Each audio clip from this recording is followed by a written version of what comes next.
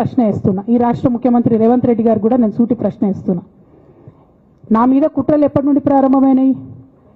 ఎప్పుడైతే హరీష్ రావు గారు, రేవంత్ రెడ్డి గారు ఒకే ఫ్లైట్లో హైదరాబాద్ నుండి ఢిల్లీకో, ఢిల్లీ నుండి హైదరాబాద్లో ఒకే ఫ్లైట్లో వాళ్ళిద్దరు ప్రయాణం చేసి వచ్చినప్పుడు హరీష్ రావు గారు రేవంత్ రెడ్డి గారు కాలు పట్టుకొని సరెండర్ అయినాక ఈ కుట్రలు స్టార్ట్ అయినాయి. నా మీద ఈ స్టోరీలు స్టార్ట్ అయినాయి.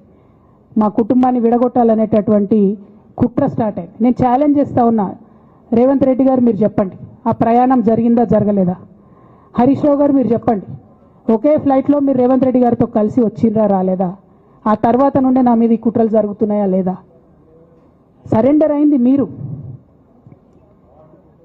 ప్రతి ఒక్క విషయంలో దాదాపు ఒక 7-8 ఇష్యూస్ ఉన్నాయి, ఇన్సిడెంట్స్ ఉన్నాయండి. అఫీషియల్ పిఆర్ఓ ట్వీట్ చేస్తాడు, Congress party official PRO tweet చేస్తాడు, ముఖ్యమంత్రి గారు పిఆర్ఓ, ఈ పాల వ్యాపారంలో అవినీతి జరిగిందని. తెల్లారి 2-3 పేపర్లలో వస్తుంది, 3వ రోజుకి మాయమైపోతుంది. అదే కేటీఆర్ గారినేమో 3 సార్లు విచారణ పేరుతో పిలిచి వేధిస్తారు.